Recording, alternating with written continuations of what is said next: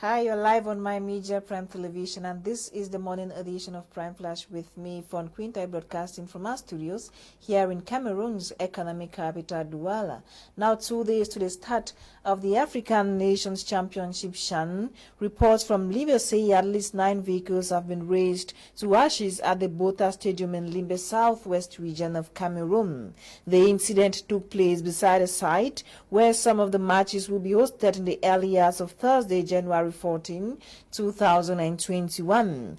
Unconfirmed reports say the FACO Action Forces has claimed responsibility for the act.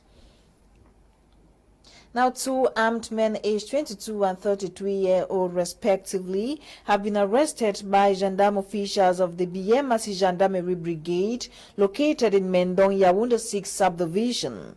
The men were caught attempting to rob an orange money kiosk alongside their weapons, a handcraft gun with 8 hunting cartridges amongst others. The 2 suspects are currently in police custody while investigations have been opened.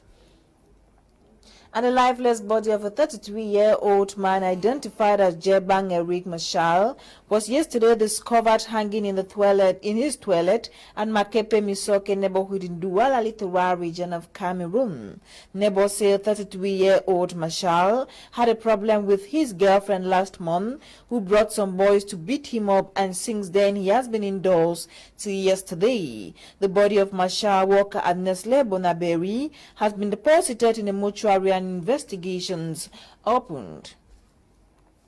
Now, after the sudden death of Petrangi, student at Biaka University Institute in Boya, family has announced that she will be buried on Saturday, January 16, 2021, a day kept aside for her wedding to Isbias Forsak.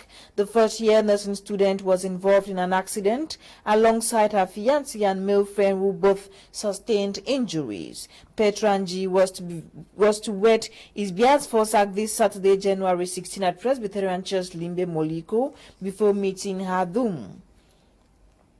And out of the country, polling stations have opened across Uganda for president and parliamentary elections amid increasing tension and an internet shutdown. Polls opened at 7 a.m. local time and are scheduled to close at 4 p.m. although the Election Commission said all registered voters who will be in the queue by closing time will be allowed to cast their ballots. Opposition presidential candidate Bobi Wine is expected to cast his vote at the polling station on the outskirts of Kampala, while President Yoweri Museveni will vote in his rural home in western Uganda. Diplomatic missions have, however, cast doubts over the electoral process, citing the arrest of opposition members during a campaign marked by violence. Now, more than 80 civilians, including children as young as 2 years, have been killed in the latest attack to afflict Western Ethiopia, the country's National Human Rights Commission said on Wednesday.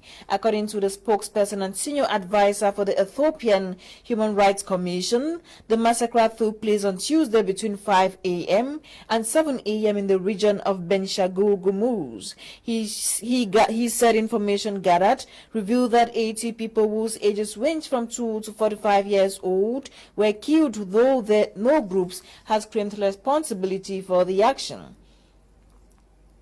Still in Ethiopia, army has announced that it has killed former Foreign Minister Seyum Mesfin, one of the founding members of the Tigray People's Liberation Front. Mr. Seyum, who served as Foreign Minister from 1991 until 2010, was killed, along with 3 other senior members of the Tigray People's Liberation Front in the northern Tigray region.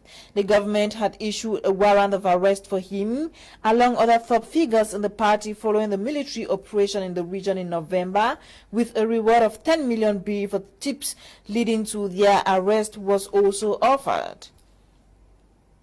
And a court in Guinea has sentenced 2 critics of President Alpha Condé to a year in jail for inciting an insurrection as rights group fear a crackdown on the opposition.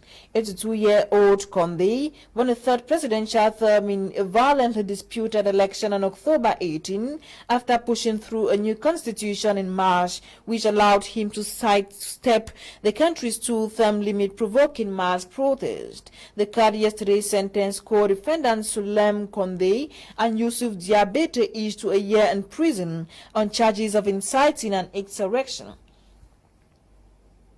We've come to the end of the morning edition of Prime Flash on My Media Prime Television. My name is Fon Quinta, and the news was compiled and produced by Ewan and Nalinga Ella. Up next is In the House with Eileen Summer. Stay tuned to more programs on The African Eye.